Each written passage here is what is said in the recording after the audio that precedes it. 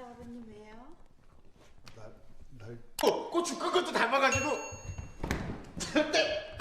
아, 그런 말씀 마세요, 윤수 씨. 넌 어쩐 일이야? Apa kabar lur? Itu tadi adalah beberapa cuplikan film. Yap, film yang dirilis pada tahun 2020 ini menceritakan seorang bapak yang punya hubungan sama pacar dan istri anak-anaknya. Sebelum lanjut, film ini 90% isinya adegan pemersatu bangsa. Jadi, ada beberapa bagian yang aku potong atau di skip. Di awal film, terlihat sebuah keluarga yang sedang makan malam bersama. Kita sebut saja mereka si bapak, Jono, Joni, dan Lulu. Joni dan Jono adalah anak dari si bapak, sementara Lulu sudah menikah dengan Jono. Sedangkan Joni yang lebih tua dari Jono masih menjomblo dan belum menemukan pasangan hidupnya. Ditambah lagi, dia tidak memiliki pekerjaan dan kerjaannya cuma keluyuran terus. Si bapak sesekali menyinggung Joni untuk segera mencari wanita dan menikahinya karena umur yang semakin tua. Tapi Joni menganggap itu bukan prioritas dalam hidupnya. Dia masih ingin bersenang-senang dan menikmati masa singlenya. Joni memang paling usil dalam keluarga. Dia terkadang mengolok-olok bapaknya yang kalau lihat wanita cantik maunya wik-wik terus. Lalu si Lulu mencoba memberi saran kalau dia akan coba bantu mencarikan Joni wanita pendamping. Tapi si bapak tidak ingin merepotkan Lulu dan menyuruhnya untuk mengurusi rumah tangganya sendiri saja. Paginya Lulu dan Jono pamit untuk pulang karena waktu cutinya sudah habis. Lalu si bapak juga memberi sanggup pada Lulu untuk keperluan rumah tangganya. Meskipun Lulu menolak, si bapak tetap memaksa untuk memberikannya. Tampaknya Joni melihat bapaknya memberi uang sama Lulu dan ia iri karena nggak dikasih. Si bapak tidak mau memberi Joni uang karena dia tidak punya pacar atau istri, jadi tidak perlu uang. Kesel karena nggak dikasih uang jajan, Joni pun mencari teman wanita yang bisa dijadikan pacar bohongan. Kita sebut saja dia Nana. Dia mengajak Nana untuk berpura-pura menjadi pacarnya dan bekerja sama supaya bisa dikasih uang jajan sama bapaknya. Awalnya, Nana tidak percaya dan tidak mau jadi pacar bohongan Joni. Dia pikir kalau itu cuma buang-buang waktunya saja. Tidak mau menyerah, akhirnya Joni memutuskan untuk membagi 70-30 jika ia mendapat uang dari bapaknya. Dia lalu mengajak Nana untuk menuju rumahnya dan memperkenalkan pada bapaknya. Dia meyakinkan sang bapaknya kalau Nana adalah calon istri yang baik dan rajin. Dia bilang kalau Nana bukan orang kaya dan butuh dana untuk kehidupannya. Si bapak yang mendengar itu lalu pergi mengambil segepok uang dan memberikannya. Joni yang melihat itu langsung bersemangat dan mengatakan kalau dia dan Nana akan cepat-cepat melangsungkan pernikahan. Mereka lalu pergi ke kamar dan membagi uangnya. Awalnya Joni ingin memegang semua uangnya, tapi dia sudah janji akan memberikan Nana bagian yang lebih besar. Si Nana akhirnya percaya pada Joni dan berterima kasih padanya. Tapi Joni tidak melepaskan Nana begitu saja. Malam itu dia minta jatah dari Nana dan akhirnya permantapan pun terjadi. Paginya Joni bersiap untuk mengantarkan Nana pulang dan bertemu dengan si bapak. Si bapak menyuruhnya untuk menunggu sebentar dan memberikan segepok uang lagi kepadanya. Dan lagi-lagi Joni iri karena bukan dirinya yang dikasih, tapi malah si Nana. Dia meminta bagian tapi Nana tidak memberinya sepeser pun. Karena yang dikasih dia bukan Joni. Sorenya, si bapak yang sendirian di rumah tiba-tiba mendengar bel pintu berbunyi. Dan itu ternyata si Lulu. Dia membawakan beberapa bahan makanan untuk bapak dan Joni. Pas Lulu ingin pulang, si bapak merasa kesakitan di punggungnya. Lulu lalu menawarkan bantuan dengan memijatnya di sofa. Karena Lulu memaksa, mau gak mau dia harus mau. Saat dipijat Lulu, dia merasa ada yang bangun dan itu membuat dirinya jadi gak fokus. Dia mengatakan kalau kejadian hari ini jangan diberitahu Jono. Lalu dia nyosor Lulu dan wik-wik di atas sofa.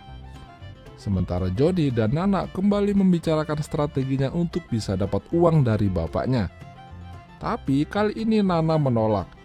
Dia tidak ingin melanjutkan aksinya ini karena dia sudah punya pacar sungguhan di luar sana.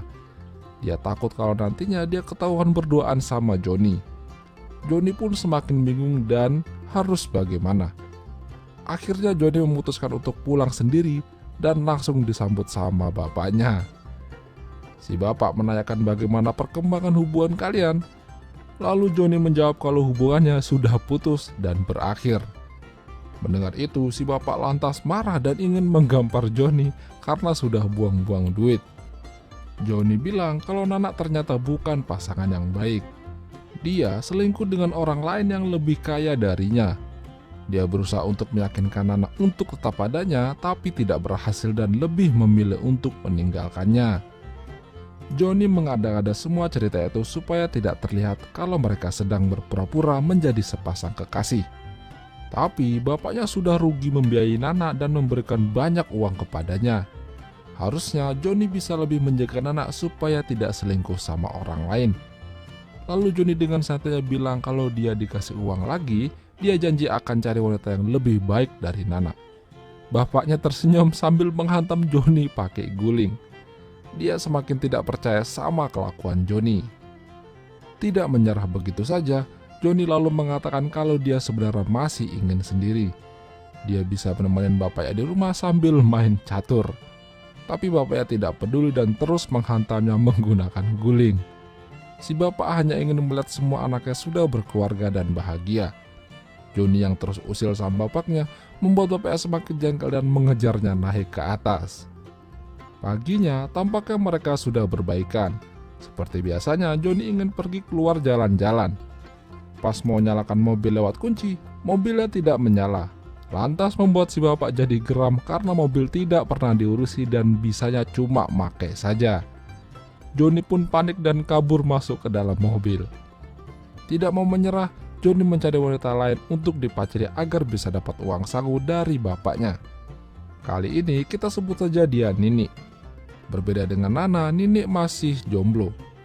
Saat dia mendengar semua penjelasan dari Joni untuk menjadi pacar bohongannya, dia tampak tertarik. Kebetulan juga dia sedang dalam masalah ekonomi. Jadi jika urusannya sama duit, dia pasti gercep.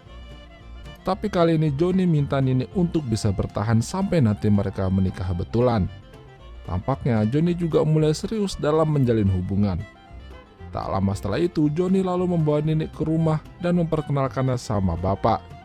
Nini dengan aktingnya bersikap seolah-olah dia adalah calon menantu yang sopan, rajin, dan taat suami.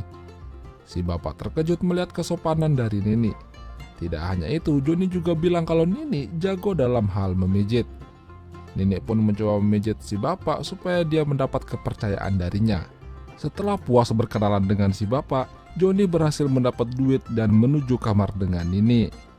Joni dapat, Nini pun juga dapat. Nini sangat senang bisa dapat uang segepok karena belakangan ini dia susah mencari pendapatan. Tapi Joni terus meyakinkan Nini untuk tidak berhenti di tengah jalan karena dia sudah bosan diomeli sama bapaknya terus.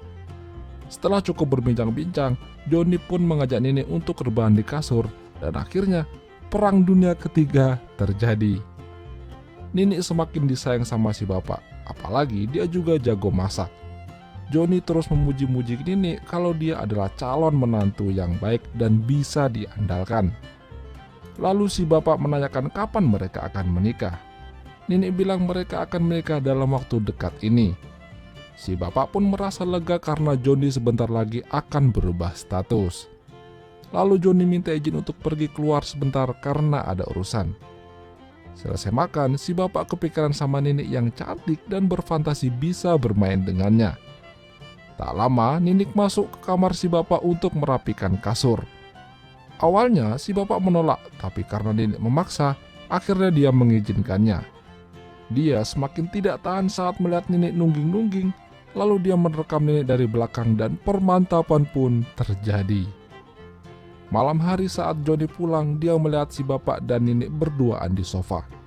Joni curiga kenapa bapaknya tampak senang dan senyum-senyum dekat Nini. Dengan polosan Nini bilang kalau mereka habis main kuda-kudaan di kamar. Joni terkejut dan nyesek mendengar Nini gituan sama bapaknya. Dia pun mewek dan naik ke kamar.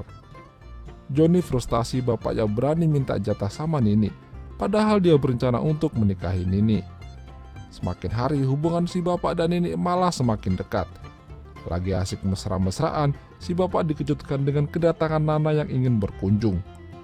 Nana kaget melihat Nini di sampingnya. Nini bilang kalau dia adalah keponakannya. Tak lama Lulu juga datang mengunjunginya, lalu Nana mengatakan kalau dirinya adalah teman lama si bapak. Tak lama setelah itu mereka bertiga masuk ke dalam, sementara si bapak kelihatan senang karena banyak mangsa yang bisa dimintain jatah malam ini. Dan akhirnya film pun berakhir. Itulah tadi alur cerita film. Jika kalian suka dengan video ini, jangan lupa untuk tinggalkan like ya lur. Dan sampai jumpa. 얼마 줄까?